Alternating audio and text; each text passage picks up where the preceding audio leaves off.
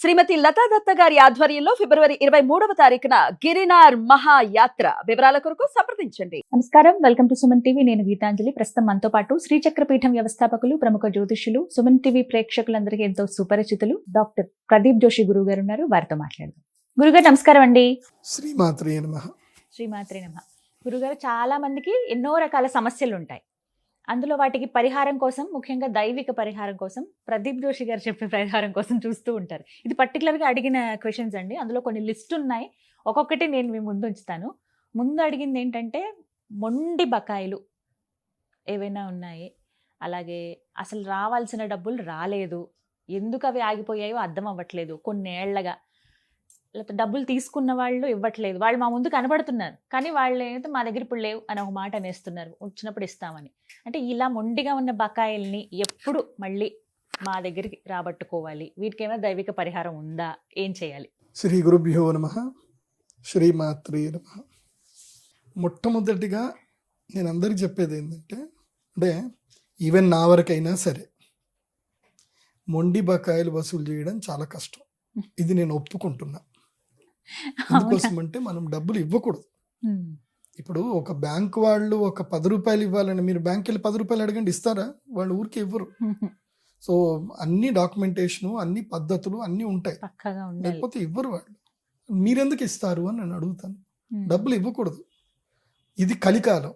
పూర్వకాలము, కృతయుగము, త్రేతాయుగం, సత్యయుగం, ఆ యుగాలు వేరు. ఒకటి గుర్తుపెట్టుకోండి, యుగానికి తగ్గట్టుగా మనిషి పరివర్తన మారుతూ ఉంటుంది. మనం ప్రెజెన్స్లో జీవించాలి.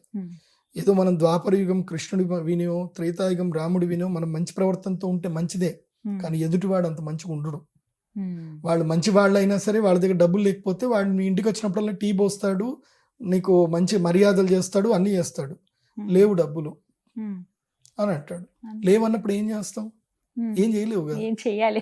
వాడి దగ్గర లేనప్పుడు నువ్వేం చేయలేవు కదా. మొండి బకాయిలు అంటే, ఇప్పుడు ఉండి ఇవ్వకపోవడం అనేది మొండి బకాయి.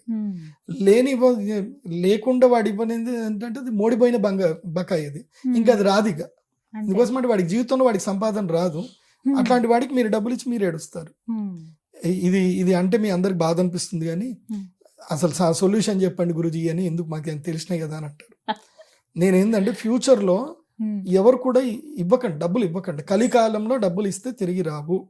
కలికాలంలో వనిత పుస్తకం విత్తం పరహస్తం గతం గతః అథవా పునరాయాతి జీర్ణం భ్రష్టం చ దంశనం అని చెప్పారు. అంటే వనిత స్త్రీ, ఆడది ఇంట్లో నుంచి వెళ్ళిపోయింది, ఓకే, ఆమె తిరిగి రావడం కష్టం. ఒకవేళ వచ్చినా నీకు అనుకూలంగా ఉండదు, ఆమె మైండ్ సెట్ మారిపోయే వస్తుంది ఆమె. వనిత పుస్తకం, నువ్వు ఎవరికైనా సరే నీ పుస్తకాలు ఇచ్చిన, నీకు సంబంధించిన పుస్తకాలు అంటే ఇక నీకు సంబంధించిన ఏవైనా సరే దాన్ని ఎవరికైనా ఇచ్చావనుకో, అది తిరిగి రాదు. తిరిగి వచ్చినా అది పాడై వస్తుంది, ఓకే. తరువాత విత్తం, ఎవరికైనా డబ్బులు ఇచ్చినావా అవి తిరిగి రావు. పరహస్తం గతం గతః అథవా పునరాయాతి, తిరిగి రావచ్చు, కాకపోతే ఇచ్చేటోడు సింపుల్గా ఇవ్వడు. దంశనం అంటే తిడుతూ ఇస్తాడు. నువ్వు నాశనంగా, నేను లేనా, ఇప్పుడు కాకపోతే ఇంకా డబ్బులు ఇయ్యనా, నేను ఎటైనా పోతానా, ఇవన్నీ మాట్లాడతాడు. అందుకే అవైతే ఇవ్వకండి. ఫస్ట్ అయితే ఇవ్వకండి. Precaution is the best then the doing the cure. చాలా మంది ఏమనుకుంటారు అంటే ఈ మధ్య కూడా నా దగ్గర ఒక పిల్లాడు వచ్చాడు ఇట్లనే, ఏముంది గురూజీ ఇచ్చేస్తాను, ఇవ్వకపోతే ఏముందిలేండి, చెక్ తీసుకున్నా, ప్రామిసరీ నోట్ తీసుకున్నా, వాడిని వదలను అన్నాడు. నేను అడిగిన, నీ డైలీ ఇన్కమ్ ఎంత అని అడిగిన. నేను రోజుకి 1,00,000 రూపాయలు సంపాదిస్తా గురూజీ అన్నాడు. నువ్వు వాడి చుట్టూ ఈ డబ్బులు వసూలు చేయడానికి ఎన్ని రోజులు తిరగవచ్చు అందాజా? ఎన్ని రోజులు తిరగవచ్చు అందాజా? ఏముంది గురూజీ, ఒక 2 రోజులు 3 రోజులు, అది జరగలేదు, ఓ 10 రోజులు, ఓ నెల రోజులు, ఓ 30 రోజులు తిరిగావే అనుకుందాం. నువ్వు ఎవరినైనా అడ్వకేట్ని అడుగు, డబ్బులు వసూలు కానప్పుడు నువ్వు ప్రామిసరీ నోట్ తోటి, చెక్కుతోటి నువ్వు కేసు ఇస్తే అది కోర్టుకు పోయి అదంతా అయిపోయి నీకు జడ్జిమెంట్ వచ్చేసరికి ఎన్ని రోజులు పడుతుంది, నువ్వు ఎన్నిసార్లు కోర్టుకు వెళ్ళాలో కనుక్కో అన్నా. ఫోన్ చేసిండు, కనుక్కుంటే ఆయన క్లియర్గా చెప్పిండు, ఏదైనా సరే సొల్యూషన్ అవ్వాలంటే మినిమం 5 years అవుతుంది బాబు అని చెప్పిండు. 5 సంవత్సరాలు. 5 సంవత్సరాల్లో నువ్వు కనీసం సంవత్సరానికి ఒక 10 సార్లు నువ్వు కోర్టుకు వెళ్ళినా, అంటే నెలకు ఒక్కసారి అనుకుందాం, 12 సార్లు, 12 into 60 సార్లు కోర్టుకు వెళ్తే నీకు ఎంత నష్టం? 60 లక్షలు నష్టం. సో నీ డే అంతా వేస్ట్ అయిపోతుంది. కాబట్టి నీ డే వాల్యూ ఎంతో చూసుకొని నువ్వు డబ్బులు ఎవరికి ఇవ్వద్దు, నేను తిరుగుతాను, పేపర్లు పనిచేయవు, ప్రామిసరీ నోట్లు పనిచేయవు. ఓకే, ఎవరైనా దగ్గర ఏమైనా డబ్బులు తీసుకునేది ఉంటే ఆస్తి రాయించుకొని సేల్ డీడే చేయించుకొని డబ్బులు ఇవ్వండి. కావాలంటే అట్లా మీరు వడ్డీ వ్యాపారం చేసుకోవచ్చు. సేల్ డీడ్ మళ్ళీ జీపీఏలు కూడా పనిచేయవు. మొన్నిట్లనే ఒకడు జీపీఏ చేసుకున్నాడు, వాడు చచ్చిపోయాడు, జీపీఏ క్యాన్సిల్ అయిపోయింది, వాళ్ళ ఆస్తి వాళ్ళకి వెళ్ళిపోయింది, వీడి డబ్బులు మాత్రం ఆ గాలికి ఎగిరిపోయాయి. అయ్యో. కలికాలంలో అగ్రిమెంట్లు కూడా పనిచేయవు. మీరు ఏదైనా ల్యాండ్ కొందాం అనుకుంటున్నారు, ల్యాండ్ కొందాం అనుకుంటే ల్యాండ్కి డబ్బులు అడ్వాన్స్ ఇవ్వద్దు. ఏదో ఒక 10,000 5,000 ఏదో ఇవ్వండి, ఇచ్చి ఆ బాబు రిజిస్ట్రేషన్ రోజు మొత్తం డబ్బులు ఇచ్చేస్తాను, రిజిస్ట్రేషన్ అయ్యేదాకా సగం డబ్బులు కానీ 20% కానీ 10%, చాలా మంది అంటారు 25% ఇస్తేనే అగ్రిమెంట్ చేస్తామంటారు. 25% కూడా లేదు. నువ్వు కొందామన్న పక్క క్లారిటీ తోటి ఉంటే, కొందామన్న క్లారిటీ తోటి ఉన్నా, నువ్వు అమ్ముదామన్న క్లారిటీ తోటి ఉన్నా డైరెక్ట్ రిజిస్ట్రేషన్ డబ్బులు తీసుకోండి. ఇది కలికాలం. కలికాలం యొక్క తత్వం చెప్తున్నాను నేను. మీరు ఇట్లా కూడా ఉన్నారు కొంతమంది, 25% ఇస్తారు, వాడు మంచోడే ఉంటాడు, సరే బాబు నీకు రిజిస్ట్రేషన్ చేస్తా అంటాడు, 2 నెలలు అయిపోతుంది వాడు రాడు, 3 నెలలు అవుతుంది వాడు రాడు, 6 నెలలు అవుతుంది రాడు. ఏంది బాబు నువ్వు రావట్లేదు, నేను వేరే ఎవరికన్నా అమ్ముకుంటా అంటే, నువ్వు ఎట్లా అమ్ముకుంటావు, నాకు అగ్రిమెంట్ చేసినావు కదా అని కోర్టులో కేసు ఇస్తాడు. గతం 3 ఏళ్ళ దాకా నీకు అది ఏం చేయడానికి రాదు. Agreement is valid for the 3 years, అది నువ్వేం చేయడానికి ఉండదు. కాబట్టి అగ్రిమెంట్లు చెల్లవు. ఇది కలికాలంలో అగ్రిమెంట్లు చెల్లవు, జీపీఏలు చెల్లవు, నోట్లు, ప్రామిసరీ నోట్లు, చెక్కులు చెల్లవు. Deal to deal, end to end deal చేస్తేనే సెట్ అవుతుంది. ఇది ప్రికాషన్ చెప్తున్నాను. ఇప్పుడు సొల్యూషన్ చెప్తా. అంటే ఇప్పటికే ఆల్రెడీ మునిగిపోయి వాళ్ళకి సొల్యూషన్ చెప్తున్నా. అమ్మవారి యొక్క ఒక మహాతంత్రం ఉంటుంది. ఇది దెబ్బ కొడుతుంది, భయంకరంగా కొడుతుంది. వాడు అధర్మంగా గనక డబ్బులు ఆపుకొని ఉంటే, వీళ్ళ డబ్బులు తీసుకొని అధర్మంగా గనక ఆపుకొని ఉంటే పక్క 100% వితౌట్ ఎనీ డౌట్ పక్క వాడికి మంచిగా జరుగుతుంది. ఇంకా ఓకే, వాడు ఎక్కడ పోయినా ఇంకా వాడికి తెలిసిపోతుంది అనమాట, ఏదో జరుగుతుంది, నేను వీళ్ళకి డబ్బులు ఇచ్చేస్తేనే నాకు సెట్ అవుతుంది అనేటట్టుగానే నేచర్ తీసుకొచ్చి నీ ముందు కూర్చోబెడుతుంది. నువ్వు నెక్స్ట్ టైం డబ్బులు అడగడానికి వెళ్తే వచ్చేస్తాయి. అది అమ్మవారిది బగళాముఖి తంత్రం. బగళాముఖి, చాలా మంది బగళాముఖి అంటారు కానీ వాళ్ళకి బగళాముఖి యొక్క శక్తి తెలియదు, సరిగ్గా చేయించరు కూడా. నేను అది కూడా చెప్తున్నా. మంత్ర సిద్ధి లేనటువంటి మంత్రము ఉపయోగపడదు.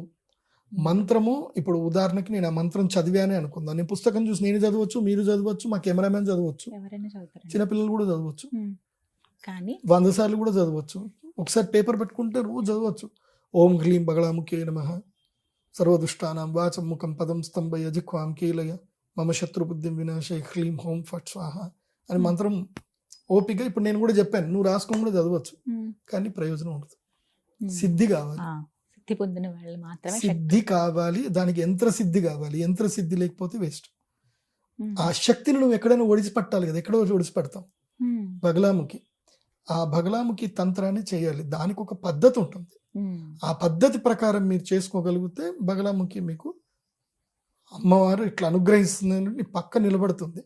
నిన్ను ఎవరైనా సరే నిన్ను చెడు దృష్టితోటి చూసినా, నిన్ను మోసం చేసినా అమ్మవారు వాళ్ళని వదిలిపెట్టదు. అంటే అమ్మ శక్తులు ఏవైతే ఉంటాయో, అమ్మవారి సేన శక్తులు ఉంటాయో అవి వదిలిపెట్టవు. అవి మంచిగా కిందేసి మీదేసి మంచిగా తోమేస్తాయి. నేను చూసా కదా, నేను ప్రత్యక్షంగా చూసాను. నేను ఇట్లనే ఒకళ్ళు వచ్చారు నా దగ్గర, ఇక్కడ నుంచే చిలుకూరు బాలా టెంపుల్ దగ్గర నుంచి ఒక శిష్యుడు నన్ను కలుద్దాం అనుకుంటే వాడి దగ్గర డబ్బులు లేవు. మన లాస్ట్ టైం కూడా ఇదే బగళాముఖి వీడియో చూశాడు, అమ్మవారిని తలుచుకున్నాడు. బట్ వాడు ఎవడో డబ్బులు ఇచ్చేటోడు ఇవ్వక సతాయిస్తుంటే 2 లక్షలు తీసుకొచ్చి టేబుల్ మీద పెట్టి తీసుకోరా బాబు అని వెళ్ళిపోయాడు. ఇచ్చేసాడు 2 లక్షలు. ఆ 2 లక్షల్లో నా దగ్గరికి 30,000 కన్సల్టేషన్ ఫీజు తీసుకొని వచ్చాడు. గురూజీ ఇట్లా జరిగింది, మీరు చెప్పినట్టుగా అమ్మవారిని తలుచుకుంటే ఇవాళ మీ ఫీజు డబ్బులు వచ్చినాయి అని చెప్పింది. అట్లా చాలా ఉన్నాయి నాకు, నా అనుభవాలు అయితే బోలెడు ఉన్నాయి. మేము ప్రతి నెల అమావాస్య రోజున, ఎందుకోసం అంటే పర్వతిథి ఒకటి ఉంటుంది, అమ్మవారిని మనము పిలవాలి అని అంటే ఒక పూర్ణతిథి ఉంటుంది. పూర్ణతిథి రోజే అమ్మవారి ఆరాధన చేయాలి. అందులోపల పూర్ణతిథుల్లో పూర్ణతిథి జయతిథుల్లో అమ్మవారి ఆరాధనకి శ్రేష్టమైనది. పూర్ణతిథులు అంటే పౌర్ణమి, అమావాస్య, పంచమి. ఓకే, పంచమి సాత్విక శక్తికి, పౌర్ణమి రజోగుణం సంబంధించింది పౌర్ణమి, లేదంటే పంచమి రజోగుణం అనుకోవచ్చు, పౌర్ణమి సత్వగుణం అనుకోవచ్చు. ఇవి రెండు అప్పుడప్పుడు మారుతూ ఉంటాయి, డిపెండ్స్ ఆన్ ఉత్తరాయణం దక్షిణాయనం బట్టి. కానీ అమావాస్య మాత్రం పూర్తిగా తమోగుణ ప్రధానమైనటువంటి. తమోగుణ ప్రధానం అంటే ఏంటంటే ఇంకా ఉగ్రం, విపరీతమైన ఉగ్రం ఉంటుంది. అందులోపల ఎక్స్క్యూజెస్ ఉండవు. అండ్ దుఃఖము మీరు అమ్మవారికి చెప్పుకుంటే వింటది అమ్మవారు ఆ రోజు. అందుకే అమావాస్య అనేటువంటిది అమ్మవారికి చాలా ప్రీతి అయినటువంటిది. ఆమె రక్షణ రూపంలో ఉంటుంది అమావాస్య. అందుకే ఆమెకి కాళీ అని రూపం. కాళీ స్వరూపంలో అమ్మవారు ఏం చేస్తుంది అని అంటే దుష్ట శిక్షణ చేస్తుంది. అదే మహాలక్ష్మి రూపం. పౌర్ణమి మహాలక్ష్మీదేవి అమ్మవారికి ఇష్టం. అందుకే కోజాగర పౌర్ణమి మహాలక్ష్మి అమ్మవారికి ఇస్తాం. ఆమె తెల్లగా ఉంటుంది. ఆమె ఏం చేస్తుంది అంటే సాత్వికం, డబ్బులు ఇస్తుంది, ప్రేమ చేస్తుంది. ఇది చేసుకోరా, అది తీసుకోరా, మంచిగా ఉండు అని అమ్మవారు ఇస్తుంది. సో సాత్వికము, రాజసికము, తామసికం. సో తామసిక శక్తి బగలాముఖి అమ్మవారు, తారాశక్తి అమ్మవారు. దాంట్లో తారాతంత్రం ఉంటుంది, బగలాముఖి తంత్రం ఉంటుంది, చిన్నమస్తా తంత్రాలు ఉంటాయి. ఇందులోపల కష్టము కానిది, నష్టం కలిగించినటువంటిది, లాభాలను కలిగించేటువంటిది, సులభదాయకమైనటువంటిది ఏంటంటే బగలాముఖి తంత్రం. ఆ అమ్మ ఏంటంటే అంత ఉగ్రంగా ఉన్నా ఆమె పర్వాలేదు, కొంచెం కన్నతల్లి కోప్పడ్డ కన్నతల్లి లాగా ఉంటుంది అంతే. అంటే కన్నతల్లి కోప్పడ్డ చీపురుతో కొట్టినా కానీ మళ్ళీ వెనబెడుతుంది. కానీ ధూమావతి అమ్మవారి జోలికి వెళ్ళకూడదు. ధూమావతి అమ్మవారు ఉంటుంది, ఆ అమ్మవారి జోలికి వెళ్ళకూడదు. ధూమావతి అమ్మవారిని డిస్టర్బ్ చేయకూడదు. ఆమె ప్రశాంతంగా ఉంటుంది, ఆమె డిస్టర్బ్ చేయకూడదు. డిస్టర్బ్ చేస్తే మొత్తం ఇంకేం లేదు. ఇంకా శిశిర ఋతువుకి ధూమావతి దేవి అధిష్టాన దేవత. శిశిర ఋతువు ఏమైతుంది, మొత్తం ఆకులన్నీ రాలిపోతాయి. నో ఎక్స్క్యూజ్నెస్, ఏ చెట్టును వదిలిపెట్టదు. ఓన్లీ పలాశ పుష్పం తప్ప, పలాశం అంటే దాన్ని ఏమంటారు, గోగు పువ్వు అంటారు. గోగు పువ్వు తప్ప ఏ చెట్టుకి ఆకులు ఉండవు, అన్ని చెట్లకు ఆకులు రాలిపోతాయి. అది ధూమావతి దేవి అమ్మవారు. సో అందుకే ఈ మధ్య నేను చూస్తా ఉన్నాను, మీకు ఒక విషయం కూడా చెప్పాలి. ఈ పంచమకారాలు అని చెప్పి మద్యము, మాంసము, మత్స్యము అని చెప్తున్నారు. ఇవన్నీ తప్పు, అట్లాంటివి చేయకండి. నేను ఒకసారి పంచమకారాలు అంటే ఏంది అనేది ఆల్రెడీ నా యూట్యూబ్ ఛానల్లో చేశాను, వీడియో శ్లోకాలు చూపిస్తూ. మీకు కూడా ఆ శ్లోకాలు చెబుతూ పంచమకారం అంటే ఏమిటి, శాస్త్రీయ పద్ధతిలో సాక్షాత్తు శివుడు పార్వతీ అమ్మవారికి పంచమకారాల గురించి ఏం చెప్పాడు అనేది మనం తెలుసుకోవాలి. అది తెలుసుకోకుండా అందులోపల క్లియర్గా శివుడు చెప్పాడు. పంచమకారాలు ఏంటంటే మద్యం, ఇతరులు మద్యం అనుకుంటారు, ఉపాసకులు మాత్రం ఇక్కడ సహస్రారంలో దొరికేటువంటి యొక్క చంద్రామృతాన్ని మద్యంగా భావిస్తారు. ఆ మద్యాన్ని సేవించడానికి సాధకులు సిద్ధపడతారు. మిగతా వాళ్ళు అంటే మూర్ఖులందరూ ఏం చేస్తారు అంటే మందు బాటిల్ని మద్యం అనుకుంటారు. అది కాదు. మన యొక్క సప్తదశ కళలతోటి చంద్రుడు మనకిక్కడ అమృతం ఎప్పుడు స్రవింపజేస్తూ ఉంటాడు. అది అందుకునే శక్తి మనకు లేదు, సాధకులు అయితే అది అందుకోగలుగుతాం. సో అది ఉన్నతమైనటువంటి దశమహావిద్య, చిన్నపిల్లలది కాదు, అది చాలా గొప్ప శక్తి. తెలియాలి, యోగ సాధన తెలియాలి. దశమహావిద్యల గురించి తెలుసుకోవాలంటే నీ కుండలిని విద్య తెలవాలి. కుండలిని తెలియకుండా దశమహావిద్య జోలికి వెళ్ళకూడదు. మూలాధారం ఏంటి, మూలాధారం, స్వాధిష్టానం, మణిపూరకం, అనాహతం, విశుద్ధి, ఆజ్ఞ, సహస్రారం. ఒక్కొక్క చక్రానికి ఒక్కొక్క అధిష్టాన దేవత ఎవరు, అమ్మవారి ఎన్ని ముఖాలతో ఉంటుంది, ఏ రూపంతో ఉంటుంది, ఆ అమ్మవారికి ఏ ఆహారం చాలా ఇష్టమైంది, ఆ అమ్మవారికి ఇష్టమైన మంత్రం ఏంటి, ఆ అమ్మవారికి ఇష్టమైన తిథి ఏంటి, ఇష్టమైన నక్షత్రం ఏంటి, ఆ అమ్మవారిని మనం వశం చేసుకోవాలి. మా అమ్మ మనల్ని అనుగ్రహించాలంటే మనం ఏం చేయాలి, ఏ మాలలు వాడాలి, ఏ నైవేద్యాలు పెట్టాలి, ఏ ఉపాసన చేయాలి, ఎటువైపు తిరిగి చేయాలి, ఎలాంటి వస్త్రాలు ధరించాలి, ఎలాంటి పూజా సామాగ్రి పెట్టుకోవాలి, ఇలా చాలా ఉంటుంది. చాలా ఉన్నాయి. అమ్మ తత్వం తెలుసుకోవడం వేరు. అందుకే నేనేం చెప్తాను అంటే, మీకు ఈ మొండిబకాయలు కాదు, మీకు ఏ సమస్య ఉన్నా, మీ కన్నీరు వచ్చేంత సమస్య ఉంటే ఏంటి, కన్నీరు వచ్చేంత సమస్య ఉంటేనే బగలాముఖి పూజకు రండి. ఎందుకోసం అంటే అప్పుడు అమ్మవారు పట్టుకుంటుంది. ఇంకా నీకు అహంకారం ఉంది, నేను చేసుకోగలుగుతాను అని అహంకారం ఉంది, అప్పటిదాకా రాకండి. అమ్మ మీద పూర్తి నమ్మకం ఉండి ఇంకా నా వల్ల కాదు, చేతులు ఎత్తేస్తున్నాను అన్నప్పుడు రండి, అవుతా చూడండి, గ్యారంటీ. ఎప్పుడు గురుగారు ఎలా రావాలి, ఎక్కడ? మన అమ్మవారి గుడికే. మీరు pradeepjoshi.com వెబ్సైట్కి వెళ్ళండి, మన అమ్మవారి గుడి అడ్రస్ ఉంటుంది. శ్రీచక్రపీఠం శ్రీ లలిత త్రిపుర సుందరి దేవి ఆలయం, నిజామాబాద్ జిల్లా, మాక్లూరు మండలం. అక్కడ మీరు కొడితే, మీరు గూగుల్ మ్యాప్లో కొడితే వచ్చేస్తుంది. నా వెబ్సైట్లోకి వెళ్ళినా చూసుకోవచ్చు. అమావాస్య రోజు సాయంత్రము 6 గంటల నుంచి 9 గంటల వరకు ఈ యాగం ఉంటుంది. మీరు ఏం అవసరం లేదు. మీరు ఒక 3 కిలోల ఆవు నెయ్యి తీసుకొని రావాలి, అంతకు మించి ఏం అవసరం లేదు. మిగతా అన్ని మేమే ఇస్తాం, ఇక్కడ అన్ని మా దగ్గరనే ఉంటాయి. చక్కగా పూజ చేసుకోండి. ఆ తర్వాత మీకు 3 నెలల్లో రిజల్ట్స్ పక్కా వస్తాయి, అందులో డౌట్ లేదు, పక్కా వస్తాయి. ఎందుకోసం అంటే మా అమ్మవారి గుడి దగ్గర ఒక పిల్లాడు చావు బతుకున్నా, వాడు అయిపోయింది చచ్చిపోయాడు అన్నారు.